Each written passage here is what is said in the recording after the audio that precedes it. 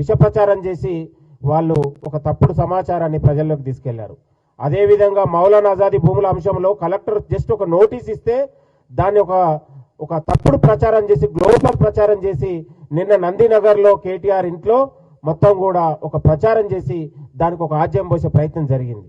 అదేవిధంగా ఇవాళ అశోక్ నగర్ కావచ్చు, చిక్కడపల్లి కావచ్చు, నిరుద్యోగుల మధ్య మళ్ళీ ఒక అగాధాన్ని సృష్టించారు.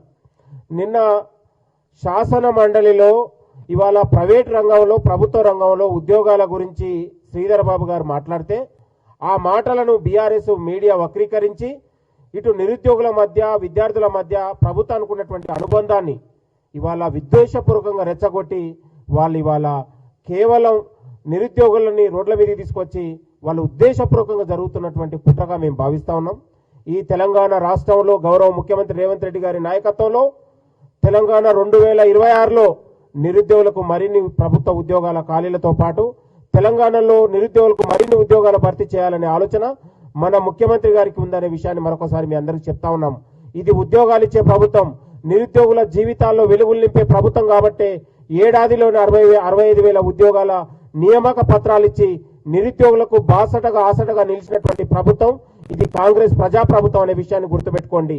లీకేజీ ప్యాకేజీలతో నిరుద్యోగుల ఆత్మహత్యల కారకులైన మీరు ఇవాళ నిరుద్యోగుల గురించి మాట్లాడితే చాలా సిగ్గనిపిస్తా ఉందని కూడా నేను ఈరోజు కేటీఆర్ గారికి విజ్ఞప్తి చేస్తా ఉన్నాను. దయచేసి తెలంగాణ ఉన్నటువంటి నిరుద్యోగులారా, విద్యార్థులారా, మీరు తప్పుడు ప్రచారం కానీ కేటీఆర్ మోసపు మాటలు కానీ మీరు ఎవరు కూడా లోను కావద్దని కూడా మీ అందరికీ కోరుతా ఉన్నాను. మీకోసం, మీ భద్రత కోసం, మీ జీవితాల కోసం ఈ ప్రజాప్రభుత్వం ఉంది, మన ముఖ్యమంత్రి రేవంత్ రెడ్డి గారు ఉన్నారని విషయాన్ని గుర్తుపెట్టుకోండి. రానున్న రోజులలో మరిన్ని ప్రభుత్వ ఉద్యోగాల భర్తీ తెలంగాణలో ఉండబోతా ఉంది. బీఆర్ఎస్ బీజేపీ నాయకులు నిరుద్యోగుల మధ్య ఇవాళ పోరాటాలు విద్వేషాలు రెచ్చగొట్టి వాళ్ళు చలిగాచుకోవాలనే ఆలోచనతో కుట్రపూరితంగా వ్యవహరిస్తూ ఉన్నారు. తెలంగాణ సమాజం, పౌర సమాజం గమనించాలని మరొకసారి తెలంగాణ యువతకు మేము పిలుపునిస్తా ఉన్నాం. మేము విద్యార్థుల పట్ల, నిరుద్యోగుల పట్ల చిత్తశుద్ధితో ఉన్నాం.